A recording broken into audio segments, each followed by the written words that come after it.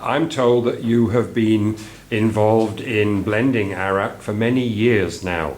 Approximately how long have you been involved? It's about 60 years now. 60 years, 60 long years.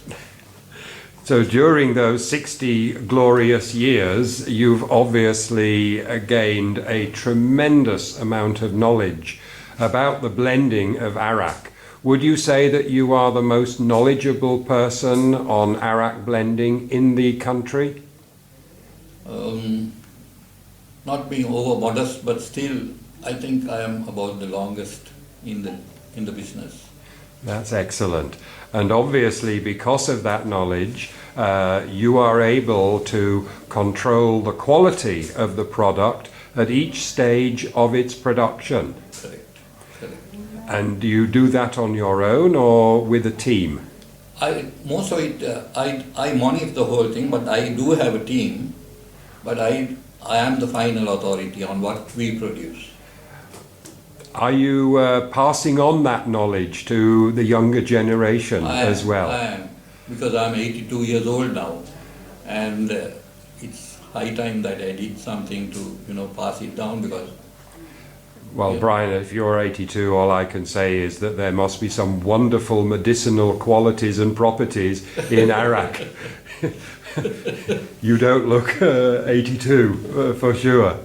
How long does it take to make a blend of Arack from start of ingredients to finished, almost to bottling?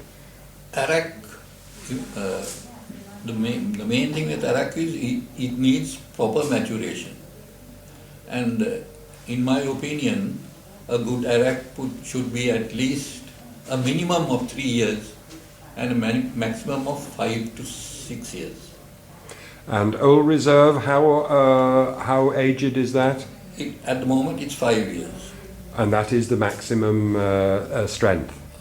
It's maximum maturation that we can afford to have, because maturing spirits is also an expensive process. Indeed so. Are there any special kind of woods that are used in the vats? We do.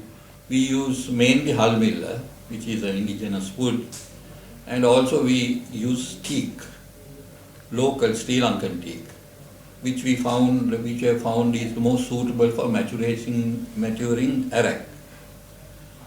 Do you think that obviously with the growth in popularity of Arack, that there may be different blends created to meet what people want? Yes.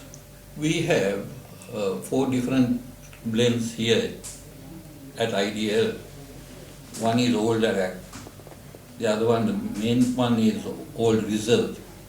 Then we have blended Aracks, which is a blend of extra neutral and coconut.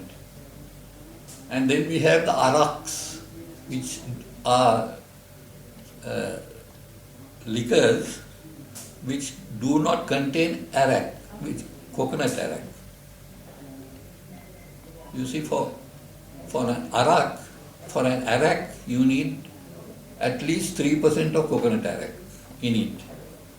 But for Aracks, you don't need any coconut Arack. It's ARRAK. Ours is ARRACK. That is the pure Arack. Yeah. That's excellent. What would you recommend drinking Arack with? There are many ways. Yeah. What's your recommended or your favorite? For a good Arack, I would say on the rocks. Straight up. Straight up. And anything with it? Anything with soda.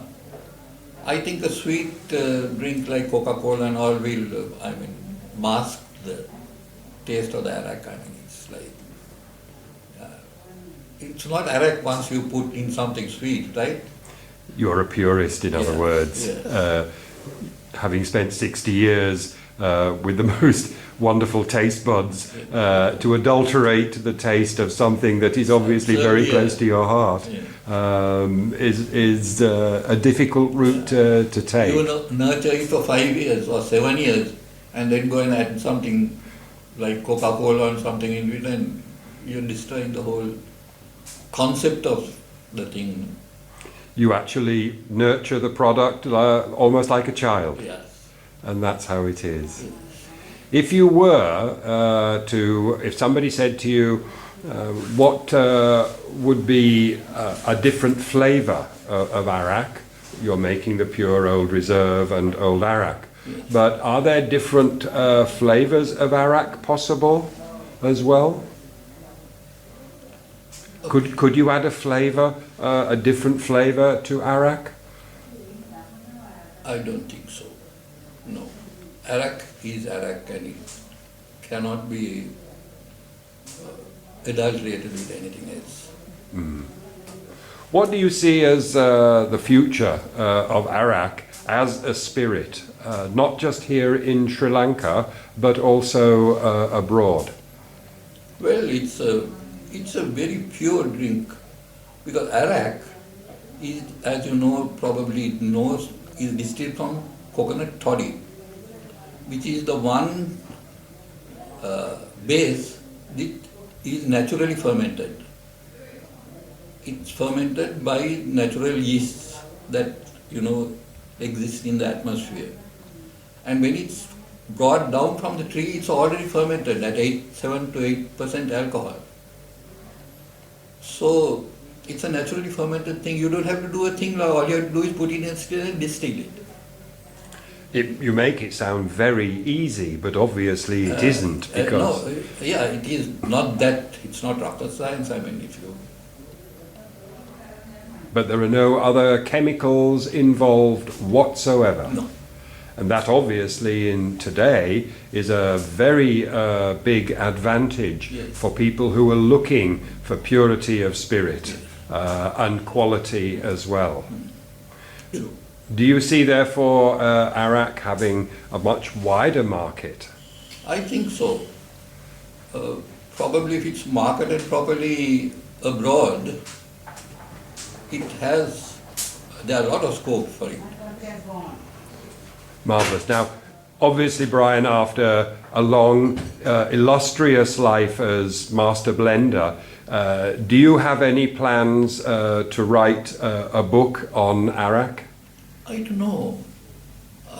Retirement is around the corner, so I think I'll put out something which might be of use to, of interest to people.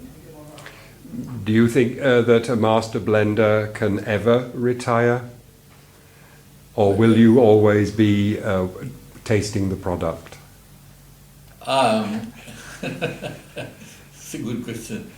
Yeah, I would always be involved in it, but retirement is, it's even inevitable. The time will come. Is it something that you would look forward to with happiness or some sadness? A little bit of sadness also, yes. Sometimes anyway, retirement looks attractive, but it's a difficult thing to... I don't want to think about it too closely. We hope not. Brian, thank you very much for your time. It's been an absolute pleasure talking with you, and we hope that you have many more years yet of blending before retirement arrives. Thank you. Bye.